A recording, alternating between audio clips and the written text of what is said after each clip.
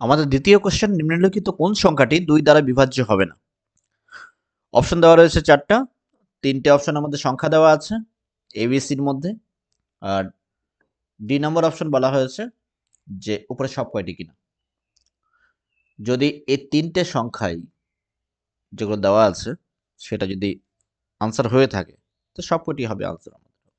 দেখো এখানে সিম্পল কথা কি বলেছে, 2 দ্বারা বিভাজ্য হবে না।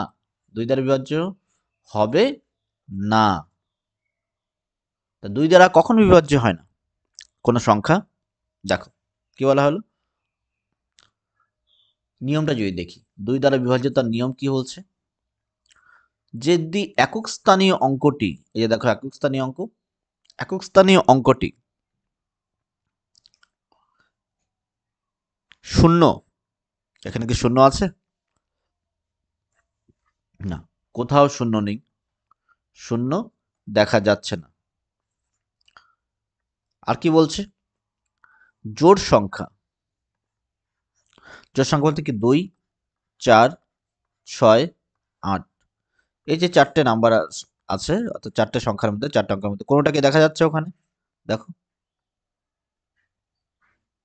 না, এক জায়গায় 7 আছে, এক জায়গায় এ, এক জায়গায় 1, এক জায়গায় 5, অর্থাৎ জোড় সংখ্যা ইভেন নাম্বার কি হচ্ছে, আছে কি? না, দেখা যাচ্ছে না।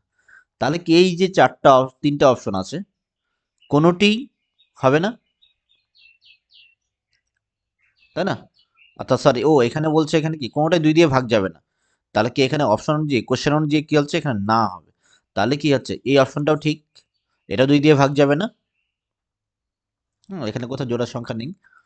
এই অপশন বি, এখানে 1 রয়েছে, এটাও 2 দিয়ে ভাগ যাবে না, 2 দিয়ে বিভাজ্য হবে না, বিভাজ্য অর্থাৎ ভাগ হলো, হবে না।